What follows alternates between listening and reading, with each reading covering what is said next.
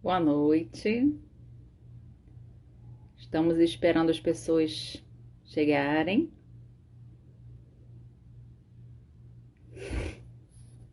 Boa noite, Rosane.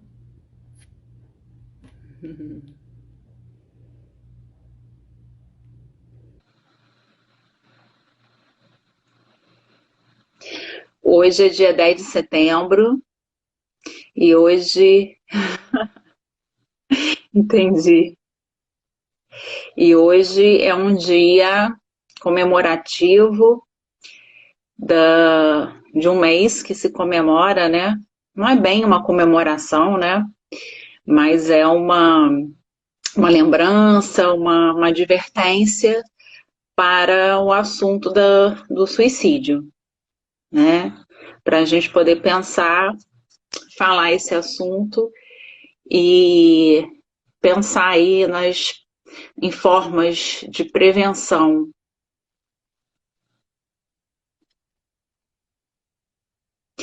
porque se trata de um assunto de saúde pública e de utilidade pública também. E tem muitas informações que nem todas as pessoas conhecem.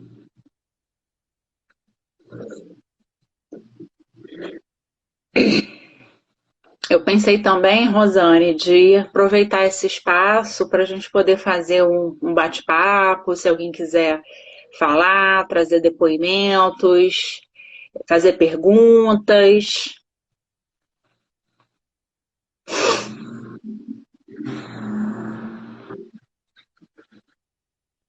Raquel,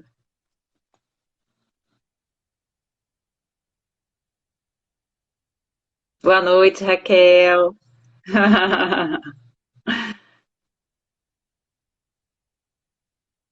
Então, eu estava comentando com a Rosane que, é, que hoje, dia 10 de setembro, é o dia comemorativo de prevenção ao suicídio, né? Desse mês, que é o mês que faz esse alerta do Setembro Amarelo. Então, é um assunto tanto de saúde pública, tá? E de utilidade pública, de saúde pública, porque, na verdade, boa noite, Marcos, a questão do suicídio, das tentativas de suicídio, tomaram uma proporção que se tornou um problema de saúde pública, né? Um problema de saúde mental. Sim. E eu falo também, é, peraí, quando um familiar fala que tem vontade de morrer, essa pessoa tem tudo e é tratada como um bebezinho. Então, e de utilidade pública para a gente poder trocar algumas informações, alguns conhecimentos, porque é um tema que suscita, ele é muito complexo, né, e suscita aí muitas dificuldades nos entendimentos, na comunicação, né? A Rosane está falando, perguntando quando um familiar fala que tem vontade de morrer e essa pessoa tem tudo e é tratada como um bebezinho. Então, assim, aí a gente, nessa frase, a gente, se você quiser anotar, Rosane, anota, porque talvez eu não memorize tudo, mas aí já tem três aspectos para a gente conversar, né? Vontade de morrer, o ter tudo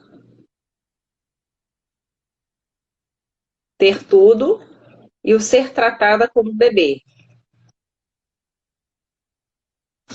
Então, eu costumo falar, e isso assim que eu estou trazendo, são dados epidemiológicos, são dados de pesquisa, são dados científicos e são dados também das nossas experiências, né? No caso da minha experiência no campo da saúde mental, no campo da saúde,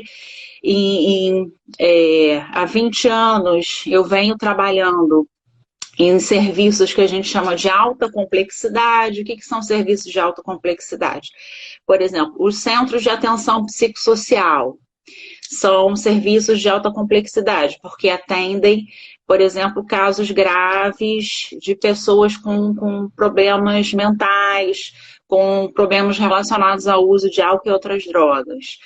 Um hospital geral também é um serviço de alta complexidade. Então, em todos esses lugares, a gente faz atendimentos de urgência e emergência. No caso, nós que somos profissionais de saúde mental, né, o psicólogo, o psiquiatra, são profissionais de saúde mental, existem outras especialidades que também podem se especializar em alguma área desse campo, né, que é um campo abrangente. Mas nós, dentro da área da saúde, né, a nossa formação já nos leva a sermos profissionais de saúde mental, né, que é estar cuidando das emoções, da cabeça, né, das pessoas, enfim, né, de toda essa parte aí. Então, o que eu estou querendo dizer com isso é que, né, um primeiro ponto, a maioria das pessoas que pensam em suicídio, né? Que o suicídio tem a ver com um pensamento, um desejo e um ato, quando se concretiza, é um ato de tirar a própria vida. Existem outros atos também, né? Que não chega a ser configurado como tentativa de suicídio, né? Tem outros nomes que são as automutilações. E a maioria das pessoas, quando, né, começam a sofrer dessas questões, trazerem isso, seja em pensamento, em vontade, em algum ato, algum comportamento que ela vai ter, na maioria das vezes é porque não é que ela queira morrer, né? E não é que ela queira se matar, mas ela quer aliviar a dor, né? Aliviar o seu sofrimento, amenizar. Então, assim, é algo que visa, tá? Numa amplitude aí grande, o alívio de um sofrimento que não está conseguindo ser expresso, não está conseguindo ser verbalizado, não está conseguindo ser elaborado, cuidado. E aí tem-se esses, a gente chama de impulsos, né? Esses atos impulsivos.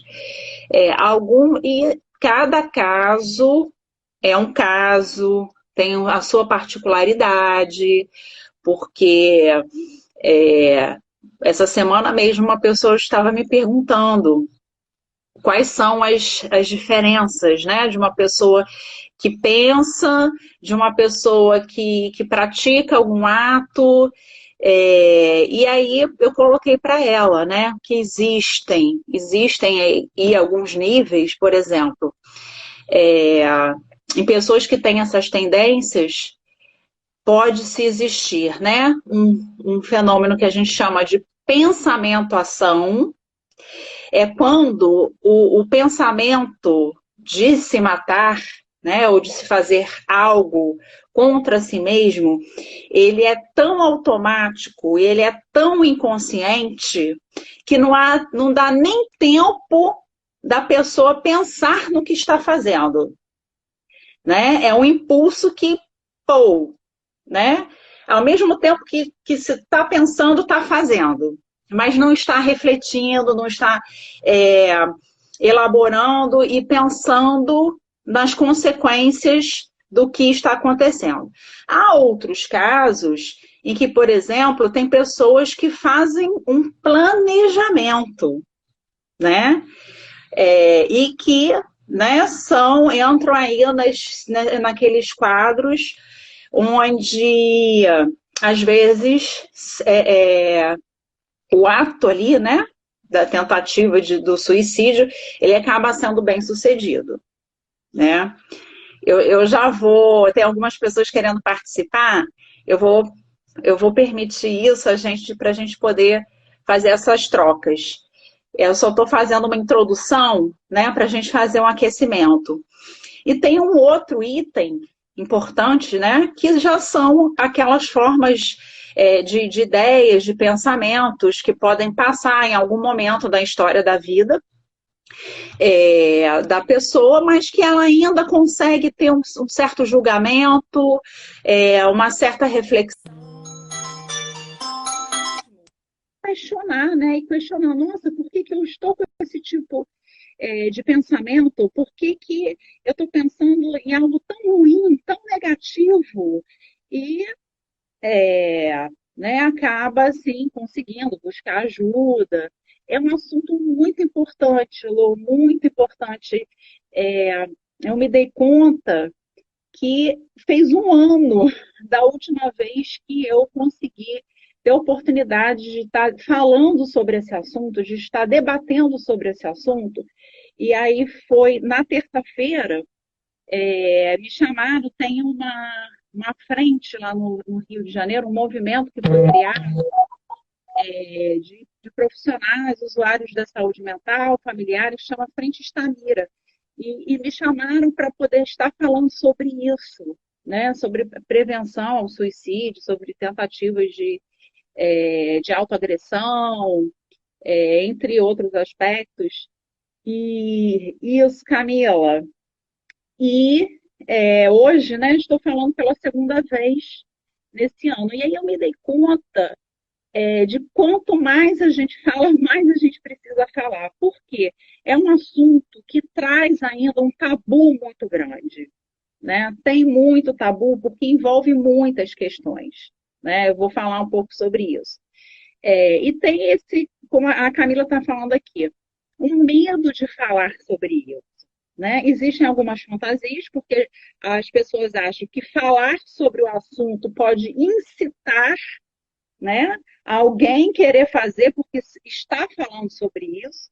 Não se trata disso, né? Não é bem assim. As pessoas que vão querer copiar, falar, ou imitar, ou se identificar com esse tipo de assunto que está sendo tratado, é porque ela já tem alguma questão ali que cola nisso, né? Não tem a ver, eu estou ouvindo falar, vai me dar vontade. Não, não é por aí, né?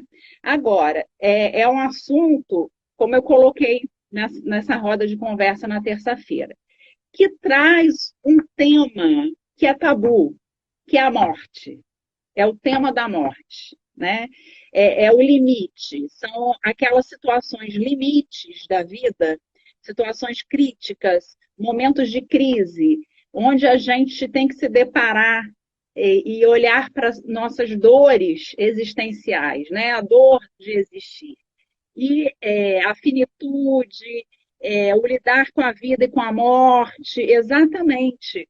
A gente poder falar sobre isso de uma maneira aberta, né? É, pelo contrário, né? É por deixarmos de falar, né? A gente nunca tem que ter medo de falar a verdade, né? As verdades das feridas, das dores humanas. Porque não falar que é onde a gente peca, né? Ter parcimônia de falar, não, porque é muito pesado, é muito denso.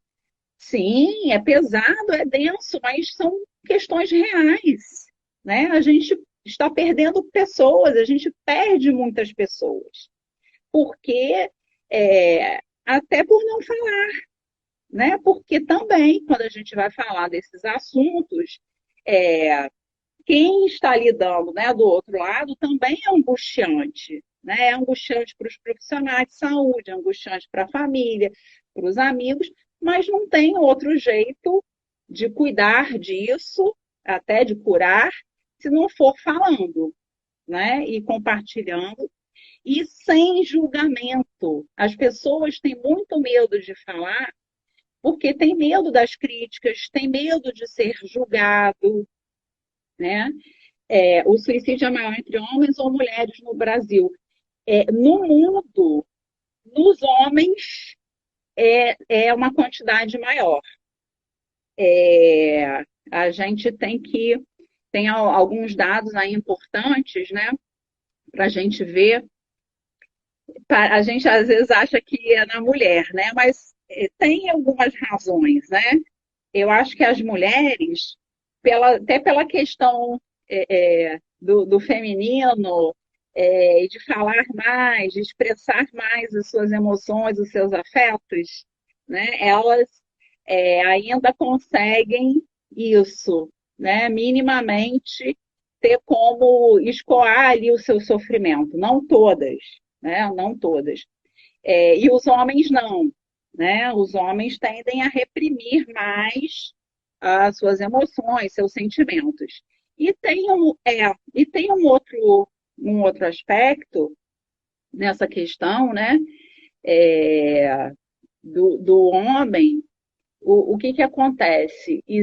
Eu vou falar assim até por experiência prática, né? Assim, uma narrativa da minha experiência em hospital. A gente vê nos casos masculinos uma associação, e isso eu quero trazer no ponto assim, para a gente pensar quais são os fatores de risco para um suicídio e os fatores ou tentativa de suicídio, né?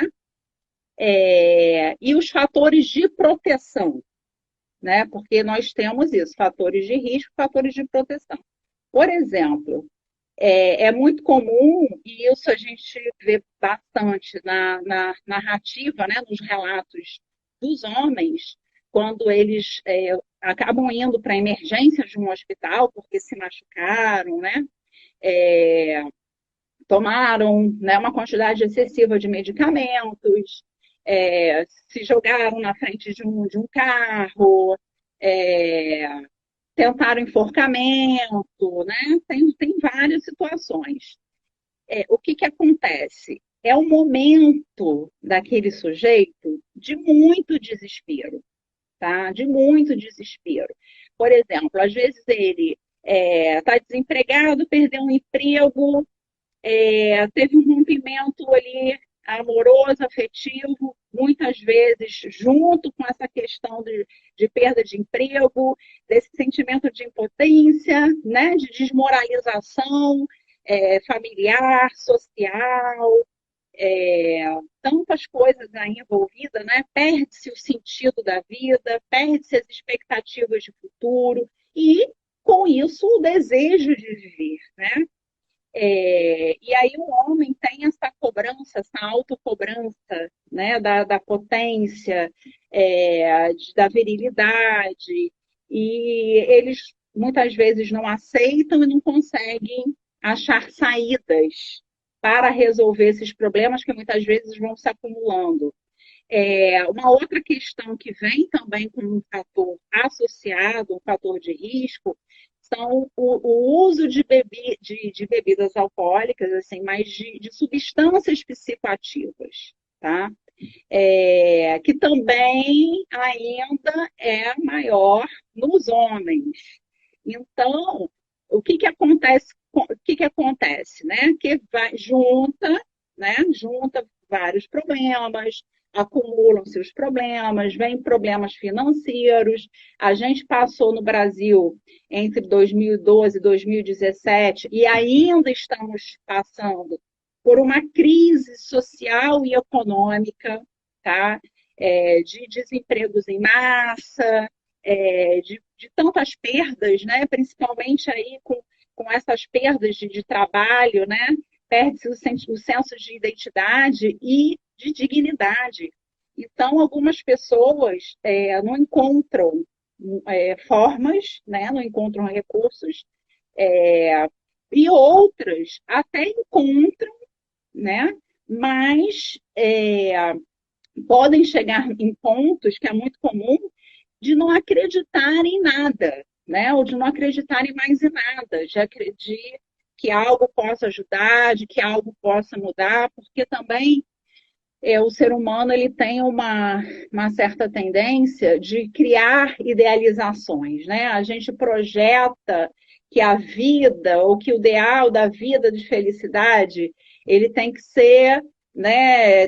Tem que ser rico, tem que ser produtivo, tem que ter a família doriana, né? Tem que ser tudo ali, e se não for daquele jeito, ele é incapaz, ele é impotente, é, ele não vai ser aceito. Então, assim, são muitas coisas que se passam. Então, isso acontece muito nos homens, né? Já nas mulheres, também existe, assim, a questão dos rompimentos afetivos, amorosos, traições, como fatores de risco, né? A gente fala que isso são fatores de risco porque é, certas vulnerabilidades que qualquer um pode passar na vida, né? Pode passar. Para alguns é mais difícil do que para outros, né? É, sim, existe dificuldade de pedir ajuda, como a Fernanda está falando, e existe também a dificuldade de saber onde pedir essa ajuda, né? Quais são os lugares? Então, assim, quais são os recursos? Então, nós vamos falar sobre isso também, né? Os recursos de ajuda, os recursos de tratamento, que nem sempre todas as pessoas vão precisar fazer um tratamento médico ou psicológico. Não, pode recorrer a outras formas de ajuda, na igreja, na religião, na espiritualidade. Cada um vai encontrando formas de amenizar, aliviar os seus sofrimentos, né? É, e, né? E lidando aí com as questões da vida. Agora, realmente, assim, o sofrimento das pessoas que tentam suicídio, né, e que chegam às vias de fato, não é um sofrimento qualquer, tá? Isso é uma coisa para a gente pensar. Não é um sofrimento que é normal que todos nós passamos em algum momento da vida, né? Porque nós sofremos de dores físicas, emocionais, espirituais, tudo isso acontece, tá? Mas é um sofrimento de outra ordem, é um sofrimento extremamente doloroso, intenso, profundo, muitas vezes está relacionado com questões de transtornos mentais associados, por exemplo, depressão, tá? É, transtornos psicóticos, né? O que são transtornos psicóticos? São aquelas pessoas que sofrem de esquizofrenia, do que a gente ouve falar de transtorno bipolar, né? Que fica naquela fase da mania, da depressão. É um sofrimento, é um vazio existencial extremamente doloroso. As doenças mentais, gente, severas, graves, elas são muito intensas, né? Por exemplo, as pessoas que têm uma esquizofrenia, né, uma psicose, elas têm alucinações, elas têm delírios, por exemplo, elas ouvem vozes que mandam ela fazer algo, que mandam ela se jogar de um prédio, ela vai lá e se joga do prédio, né? Por conta de vozes que ela escuta. Então, às vezes, tem isso também. Pessoas que fazem uso, que são dependentes de drogas, podem também manifestar esse tipo de alucinação auditiva, além de passar por sintomas assim, abstinência de uma droga, né? Que é a falta da droga no organismo, quando, né, ela precisa ser muito consumida, a dependência, né? Então, tem essas relações. Então, como a Rosane perguntou, comentou, né? Tem pessoas que têm vontade de morrer. Então, assim, é diferente quando alguém passa por um problema, né? Tem uma perda, ai, que tô com vontade de morrer, né? Se eu pudesse, nem estava mais aqui. É, é uma coisa, né? E isso aí é um falar da boca para fora. Mas geralmente, quem começa a falar, anunciar, dar sinais de que vem pensando, vem tendo umas ideias, né? E está desgostoso da vida, está sentindo uma vontade. Algumas pessoas relatam de um impulso forte que vem, né? Já é um sinal, como eu digo, assim, é uma clínica que a gente não pode ter medo de pecar pelo excesso, né? É claro que quando você ouve uma pessoa que, estou com vontade de morrer, estou pensando, não é que você vai levar para um hospital psiquiátrico, vai internar e dar um monte de remédio, não é isso, né? Mas você vai procurar ter as formas de cuidado, pode levar para uma avaliação de um psiquiatra, para avaliação de um psicólogo, em primeira instância, pode tentar conversar mais abertamente com essa pessoa, por que, que ela está falando isso, né? O que, que ela está sentindo, quando que isso começou, o que está acontecendo. E muitas vezes, se você não se sente à vontade para falar sobre isso, buscar alguém próximo que se sinta, né, mais à vontade para poder falar, para poder ajudar, ou que aquela pessoa, né, às vezes é um familiar muito próximo, então ele não quer se abrir com você, mas pode ser que com uma outra pessoa ele se abra. Então, tudo isso é possível, né? Aí a Rosana falou assim: a pessoa tem tudo, tá? Mas aí a gente tem que pensar assim: o que, que é esse ter tudo, né? Porque, às vezes, o que, que significa isso? Qual é o sentido de ter tudo? Tem o que? Dinheiro, tem casa, tem comida. Porque, assim, às vezes a gente pode ter mesmo, né? Pode ter até um relacionamento, pode ter filhos, pode isso, pode ter aquilo, mas algo ainda falta, né? Então, assim, em termos existenciais, pode ser que algo, né, que essa pessoa nem saiba do que seja, lhe faz falta, tá? E tem, assim, quadros também de melancolia, né? Quadros de melancolia, em que se sente que algo falta, né? Mas é algo existencial, algo imaterial, algo que eu não sei bem o que é, mas que eu não encontro, né? Tem esse aspecto também. E aí a Rosane colocou que a pessoa quer ser tratada como bebê, né? Aí já entra, é claro, assim, a gente tem que conhecer melhor as histórias, né? Por isso que eu falo, não podemos nunca julgar, né? Porque o julgamento ele não vai ajudar, né? A crítica ela não vai ajudar. Se essa pessoa que parece ser um adulto, não sei, né? Ou um jovem, adulto jovem, quer ser tratada como bebê, alguma coisa tem aí, porque aí é um comportamento mais regredido, né? De querer ficar fixado numa fase, numa etapa da vida anterior, né? Então, e o que, que isso quer dizer? Que talvez essa pessoa, vamos dizer, não que ela tenha pulado etapas da vida, mas que ela não tenha feito uma maturação suficiente de uma fase da vida para outra, tá? Né? Que a gente precisa passar por isso.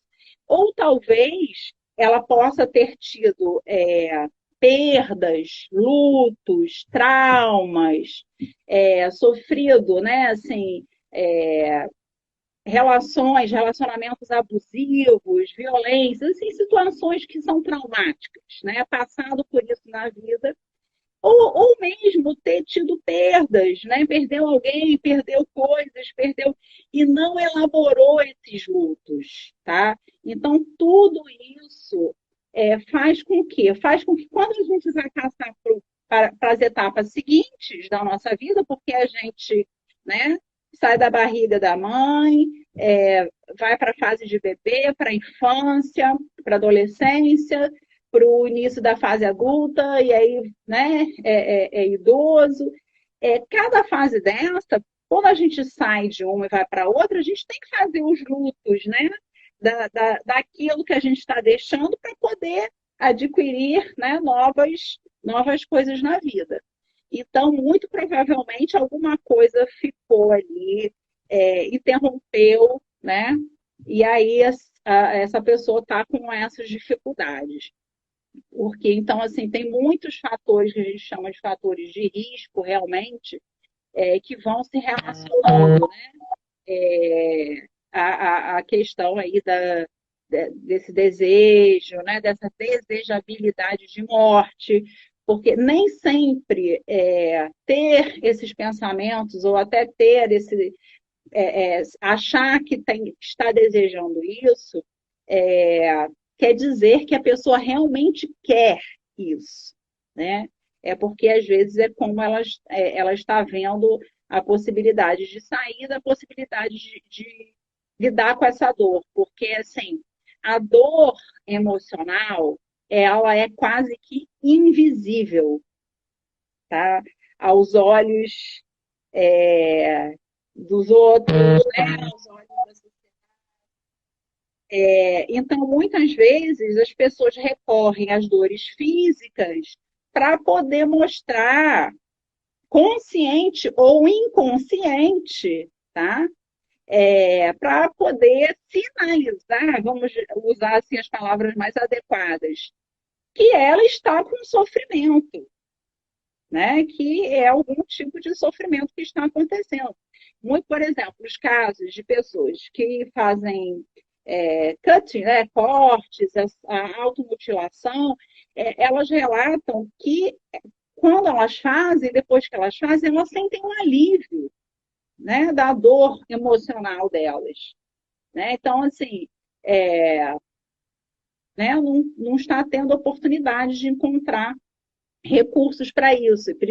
Para isso precisa ter pessoas com quem se possa falar sobre isso, buscar ajuda profissional.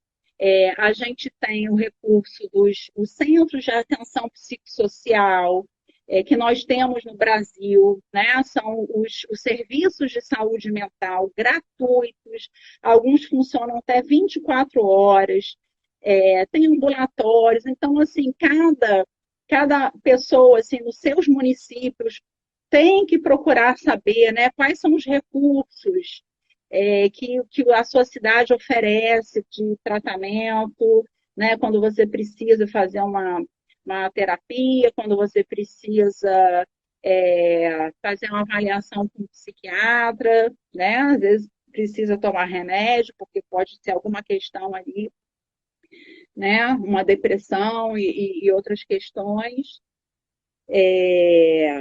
E buscar ajuda também tem, né? Tem os CVVs, que é aquele centro de valorização à vida que, né, acho que tem em muitos lugares, liga para lá, né? A ligação é gratuita, você vai ser ouvido, né? Vai ser encaminhado.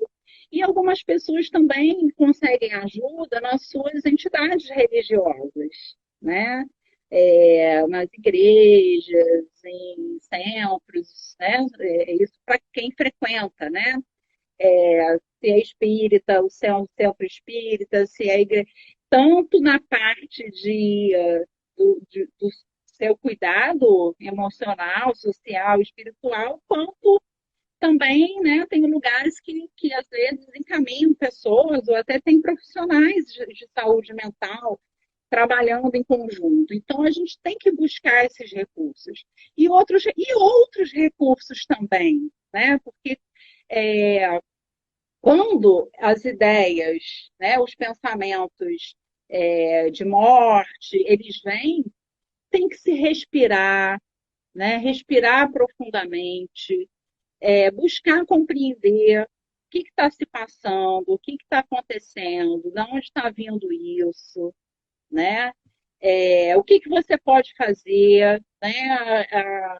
Onde pedir ajuda para alguém se você não consegue estar conseguindo resolver sozinho, porque é uma questão que ficar aguardando para si resolver sozinho é quase que impossível, né? Então, assim, quando isso começa a acontecer, você percebe uma certa frequência, uma certa intensidade, é buscar, é pedido de ajuda, tá?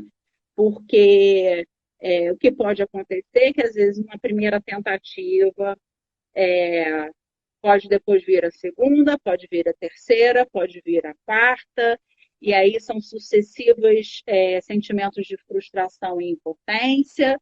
Em algumas tentativas, por exemplo, o adolescente, às vezes, né, no afã de resolver ali um problema, a dor e tal, ele faz alguma coisa contra ele mesmo, mas ele nem está sacando que aquilo pode levar à morte, né? Ele está ali querendo mostrar que tá doendo, ou que ele quer se livrar do que aconteceu, né? Ou que ele quer pedir ajuda para alguém e não está sabendo como fazer, e quer aliviar aquela dor, e aí, né, muitos casos que às vezes acontece mesmo o suicídio, tá? É porque na tentativa pode acontecer, né? E aí, né, a gente vai ter as variações. Então, tinham pessoas querendo participar, deixa me ver aqui, eu vou chamar, tá? Solicitações.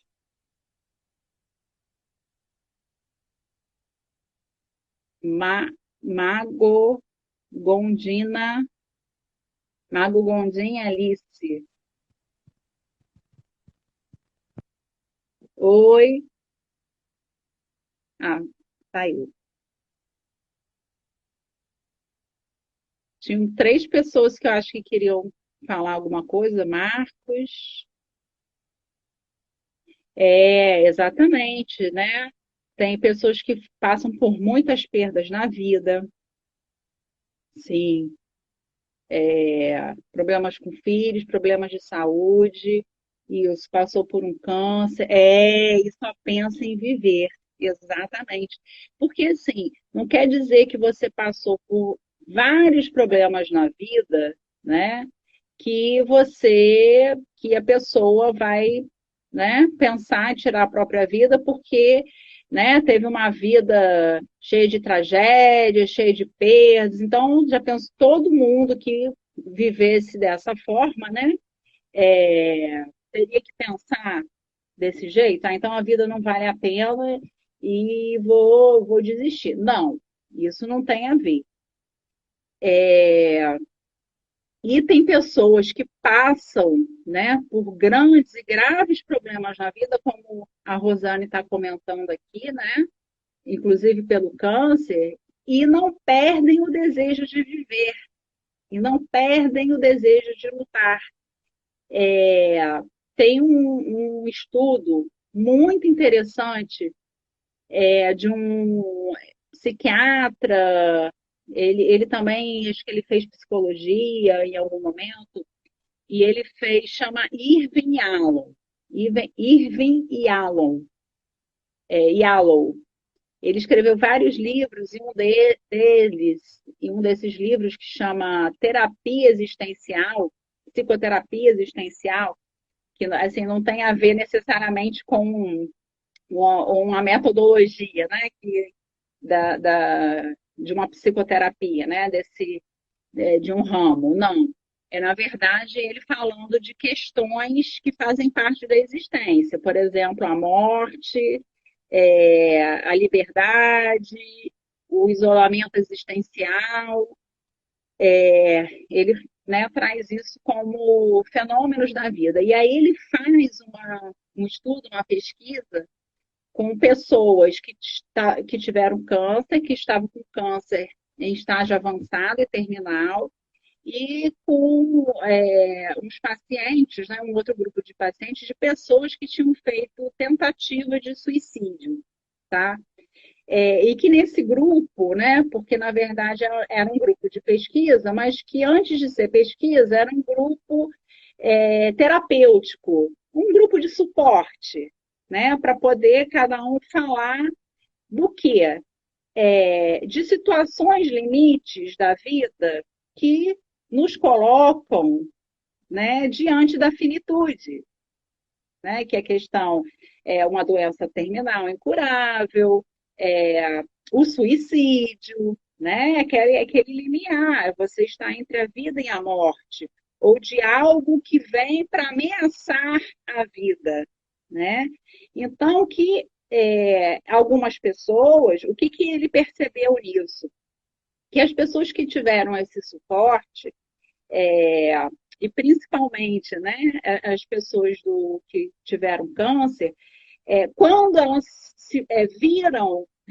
sentiram a sua vida ameaçada, elas passaram a rever toda a sua história de vida, o seu modo de viver, e falaram assim: olha, a partir de agora eu quero ser eu mesmo, eu mesma, né? Eu quero ter uma vida mais autêntica com o que eu quero, com os meus desejos, com as minhas vontades. Eu quero viver intensamente, viver o hoje, né? Não me preocupar mais com coisas que não são importantes, que não são essenciais.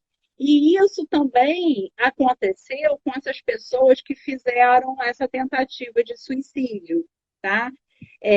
Quando elas começaram a repensar tudo isso, a reavaliar, né, tudo que estavam passando, reavaliar os seus valores, é, o que eles começaram a fazer, né? Sentir não só a vontade de viver, né? Que às vezes se perde, ou que ele perdeu, né? Até aquele momento, mas a vontade de transformar a vida, de fazer uma transformação na vida, né? Além de resgatar essa vontade de viver, tá? Então, por isso que a gente fala, tem certas situações, né? Quase todo mundo passa por problemas, por dificuldades, isso e aquilo, mas para uns é mais difícil do que para outros, né? Aí vai depender da sua estrutura psicológica, dos suportes que tem na vida, de como foi se estruturando ao longo da vida, né? Os tipos de perda, os tipos de situações que foi passando ao longo da vida, porque tem situações que são muito fortes, né? Tem situações que são muito pesadas, né? Por exemplo, é muito comum nas adolescentes que fazem tentativa de suicídio ou de automutilação relatarem terem sofrido abusos sexuais, violências, negligências de várias formas, abandonos, né? Então, assim, tem situações na vida que são muito difíceis de lidar, né? E não só difíceis de lidar, como difíceis de falar sobre isso, de ter onde compartilhar sem ser julgado, né? Sem ser criticado. É claro que tem. Ah, mas tem pessoas que parecem que querem chamar a atenção. Tem esses casos também, né? De pessoas que querem. Mas, às vezes, numa dessa de chamar a atenção, acontece, né? Acontece. Então, tem que ficar atento ali, observar e ver o que é possível fazer, né?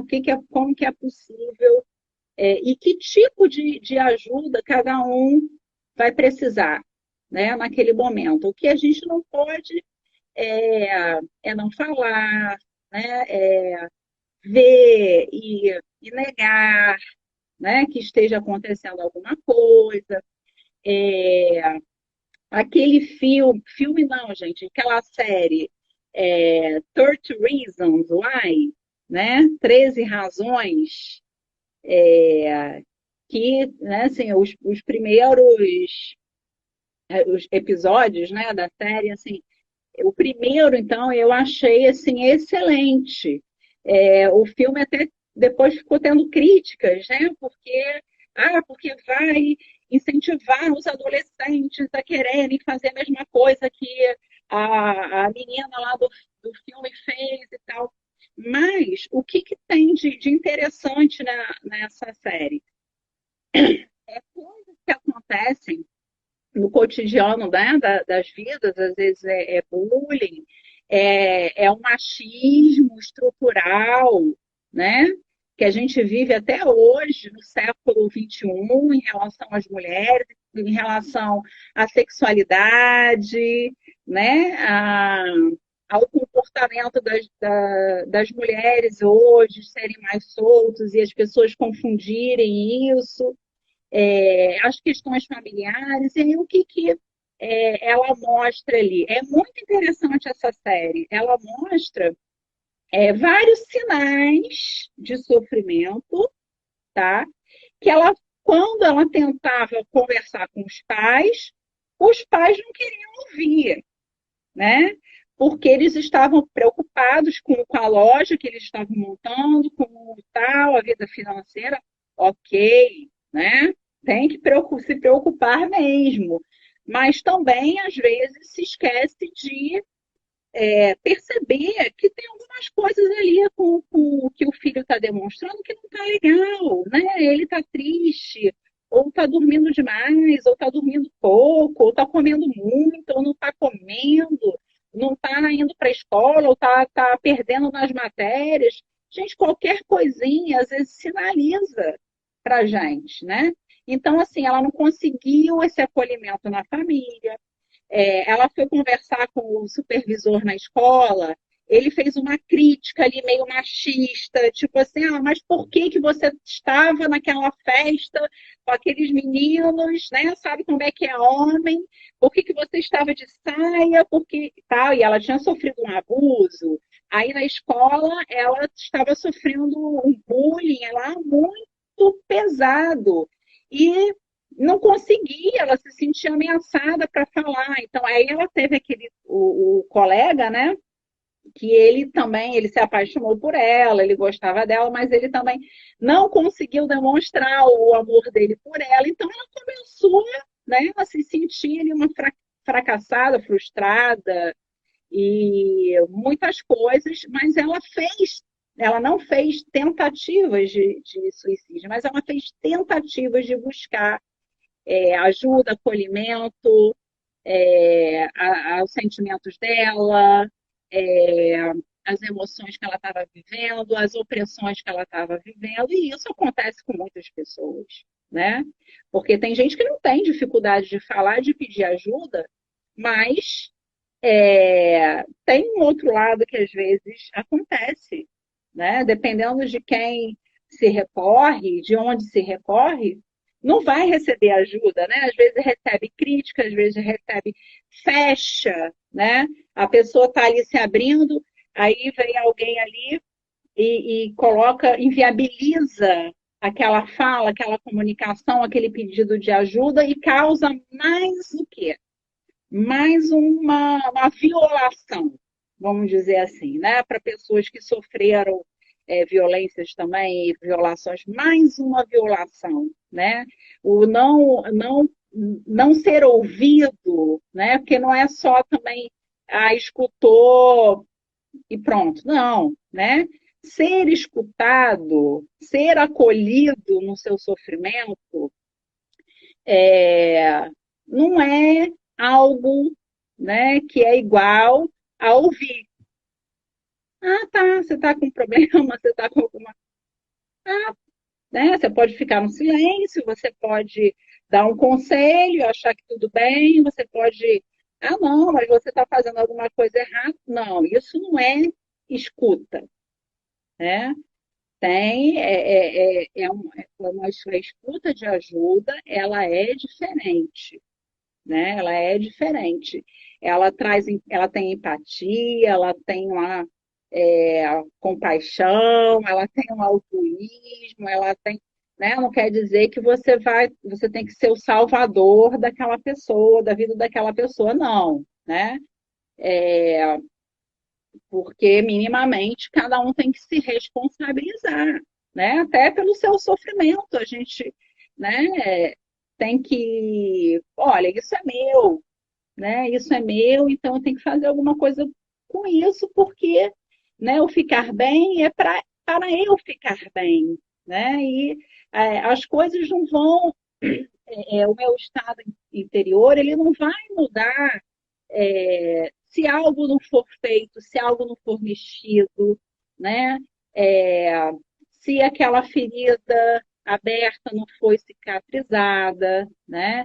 E as pessoas têm dificuldade assim, eu não vou cutucar naquela ferida, não vou, né, falar daquela dor, porque aí eu vou sofrer mais, eu vou.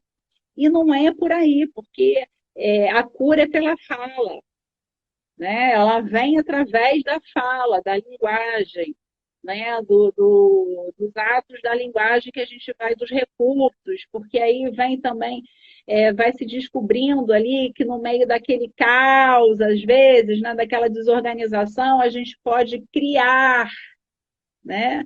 Aí vem a arte, né? Tem tantas formas artísticas de expressar, né? De expressar os sentimentos, de expressar as histórias e de fazer costuras, né? Fazer costuras, porque aquela história da colcha de retalhos, né? Às vezes dos pedaços ali todos fragmentados, você vai costurando e você faz uma obra de arte, né? Com aqueles pedacinhos, os cacos de vidro quebrados, né? Você vai fazendo colagens, né? Vai fazendo bricolagens e transforma num mosaico, né? Então, assim, e assim é a nossa vida interior, né? Mas para isso a gente é, né, tem que ir se achando, tem que ir buscando.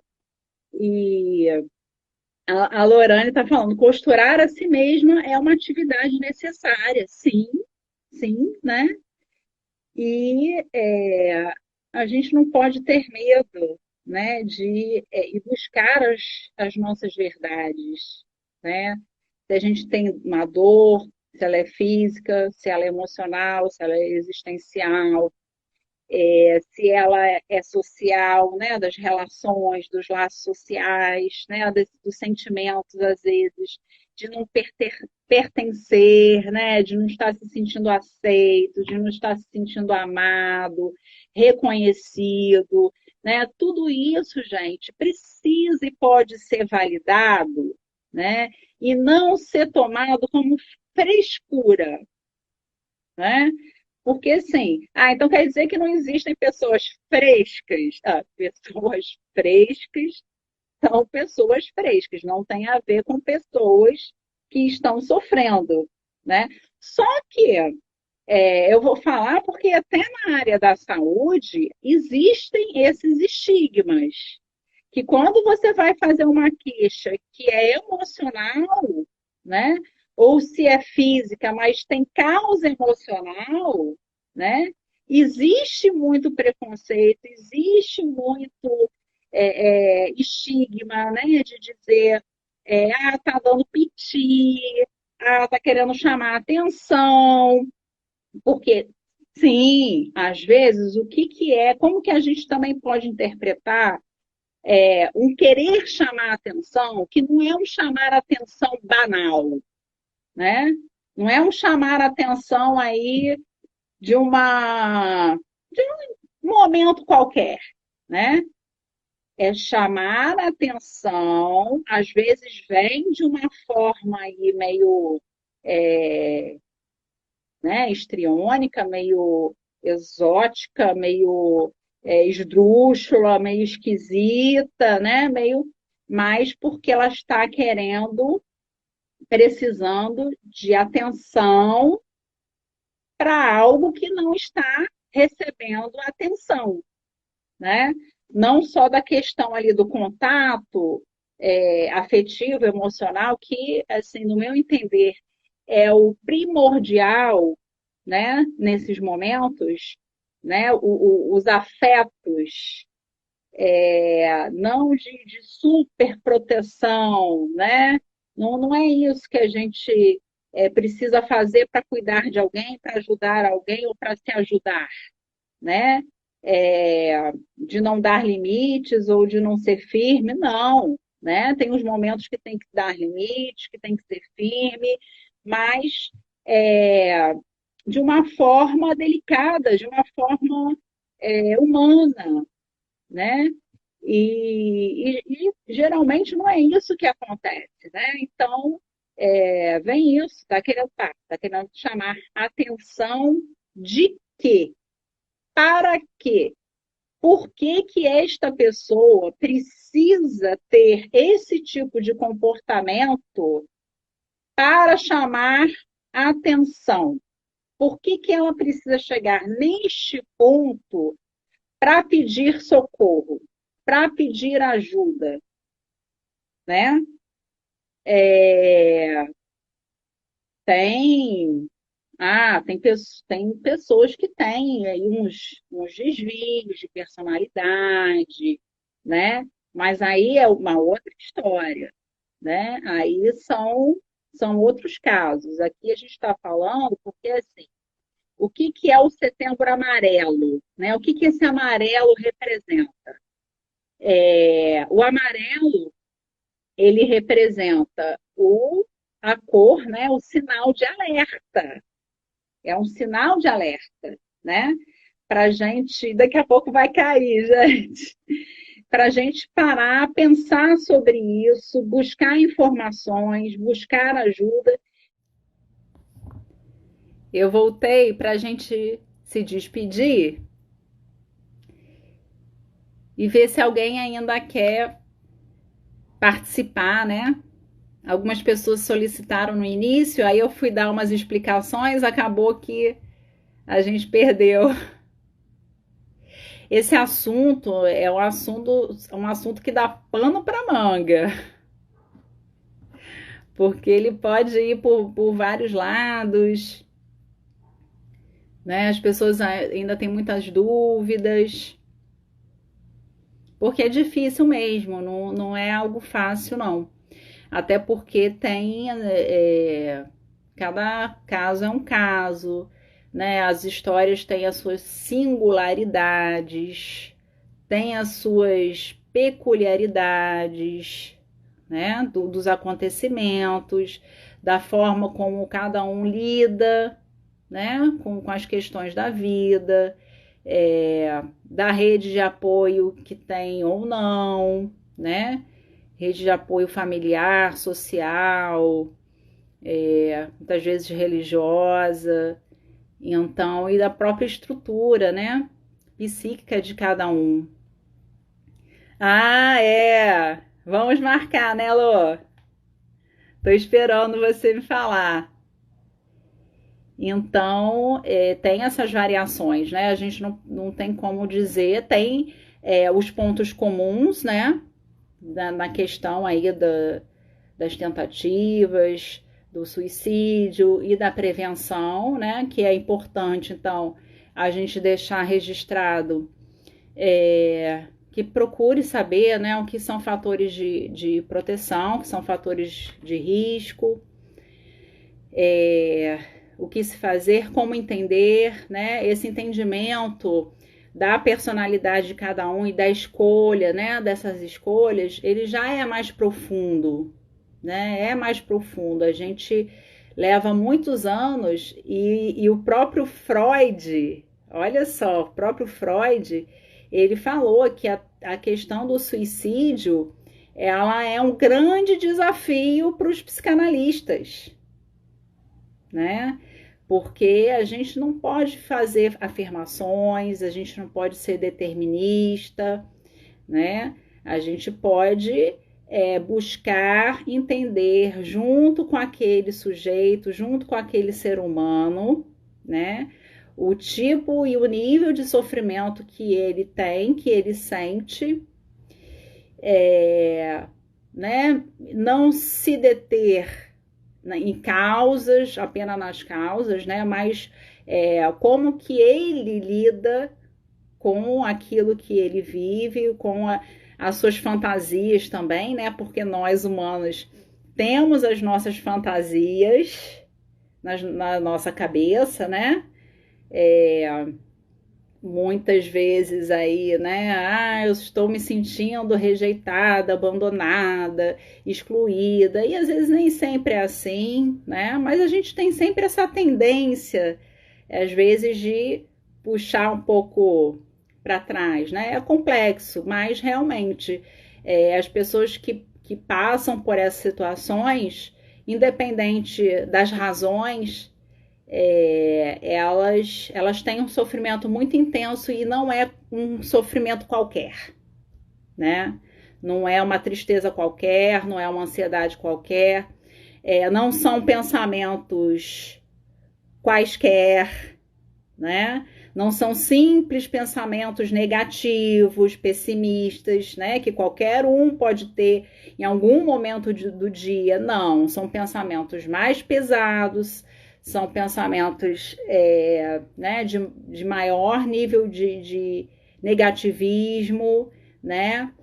E até que a gente fala, né, de aniquilamento. Então, assim, são pensamentos mais destrutivos, né? Por isso que eles caminham mais para um âmbito da patologia, da psicopatologia, tá? Então, e não são, eles são mais recorrentes, eles são mais frequentes, eles são mais intensos, eles são né, mais excessivos e não são, não se livra deles tão facilmente, tá? Então, é um cuidado diferenciado mesmo que a gente precisa ter. Todo mundo tem problema que pode ser visto como motivo, o diferencial são exatamente, são as diferenças, a individualidade, exatamente, né? Como cada um vai buscar. E tem uma coisa nessa questão, né? Assim, a busca de sentido para a vida, tá?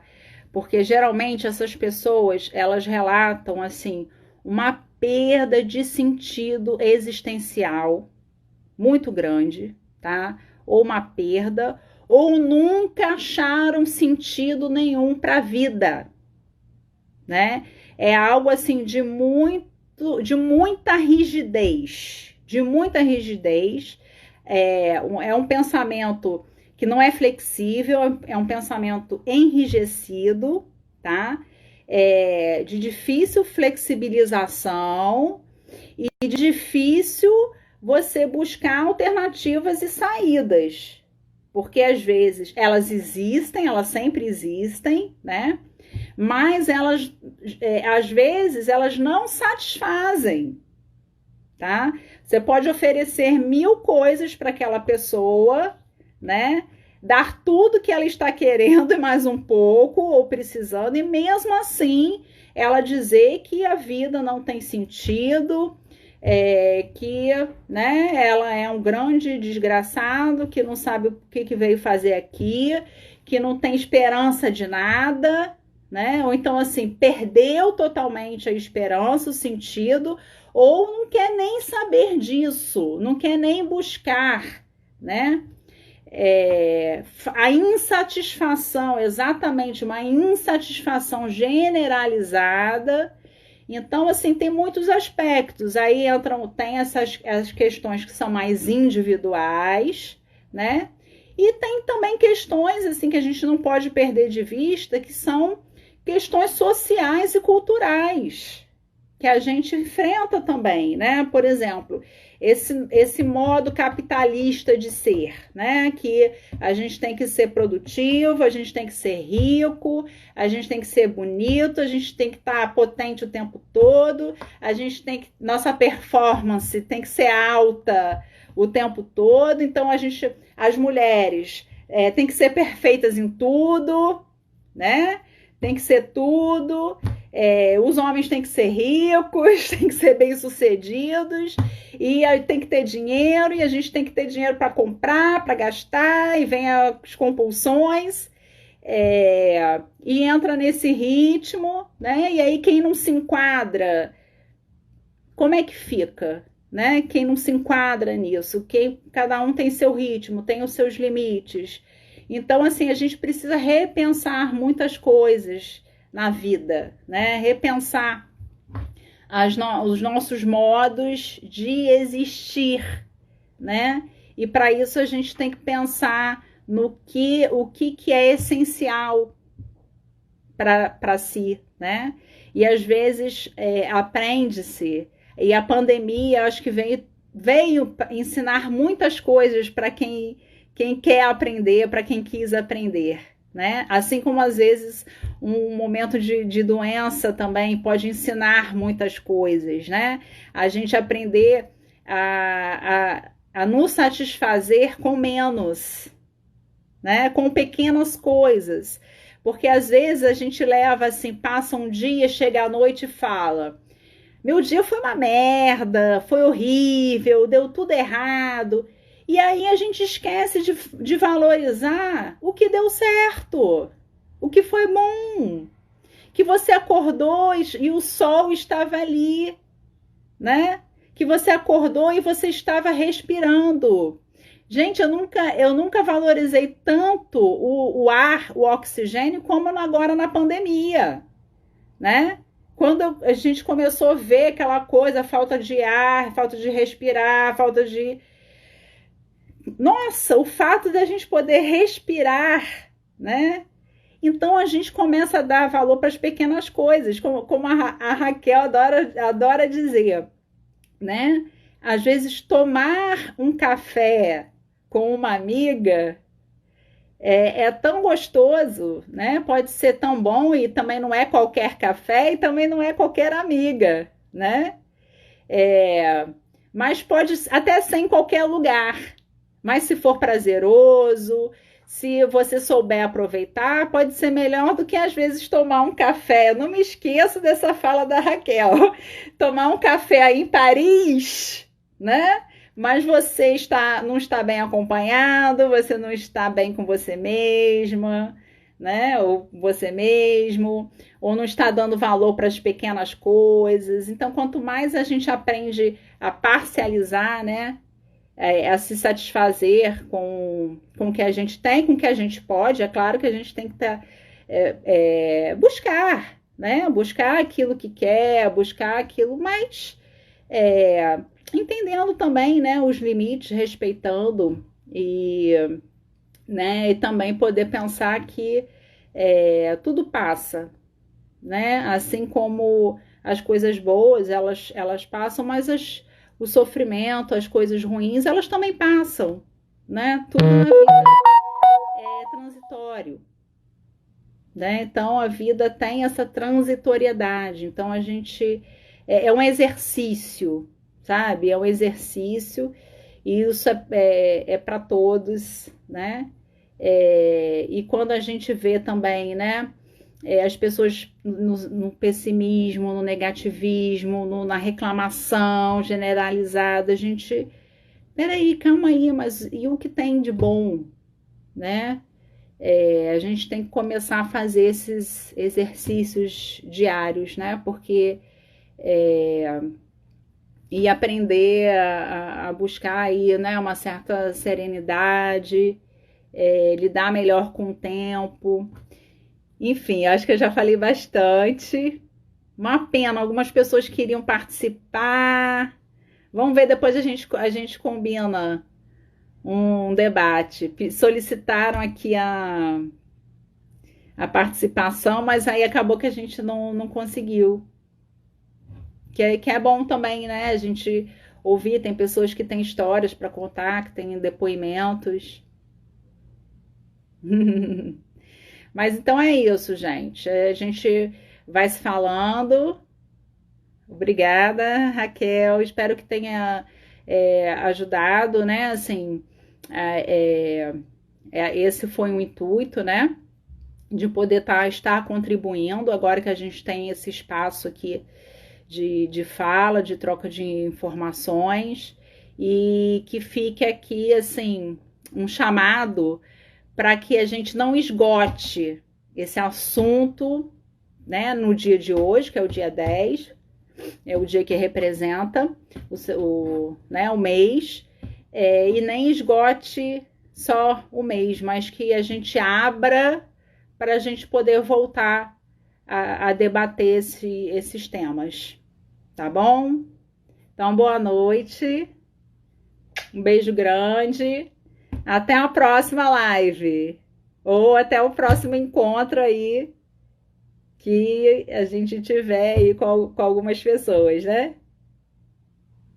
Isso, Raquel, você é aquilo que eu falo, né? Os seus depoimentos de vida, né? Eu acho que tem muito a contribuir com as pessoas, né? E para inspirar o desejo de vida, né? O desejo de viver, né? Diante aí das situações que nos colocam em xeque, né? Sim, sim. E é bom tentar entender o outro, sim, porque cada um reage de uma maneira, então a gente não tem que julgar, não dá para julgar, né? E se a gente não consegue entender ou não quer entender, que pelo menos a gente possa direcionar para outras pessoas, para outros lugares, para que possa fazer isso, né? Porque a gente não pode deixar o assunto para lá, o tema para lá e o sofrimento das pessoas também. Que hoje, né, que o dia de hoje marque e abra para novos debates, para novas trocas, novas conversas sobre o assunto, né? Que a gente não fique só no dia, no mês, mas que a gente não tenha medo nem vergonha de falar desses assuntos, né? E a gente que é profissional de saúde mental, né, pode estar contribuindo aí com essa questão aí de saúde pública, né? Como a gente falou no início. Então é isso, pessoal. Um beijo. Ó, eu deixei gravado lá o primeiro momento no IGTV, tá bom? Aí vocês podem assistir. Sim, percebeu os sinais de risco. Então tem, né? Sinais de risco, sinais de sofrimento. Beijo, Flávia. Um beijão. Aí vai estar lá, tá? Vocês podem assistir. Beijo.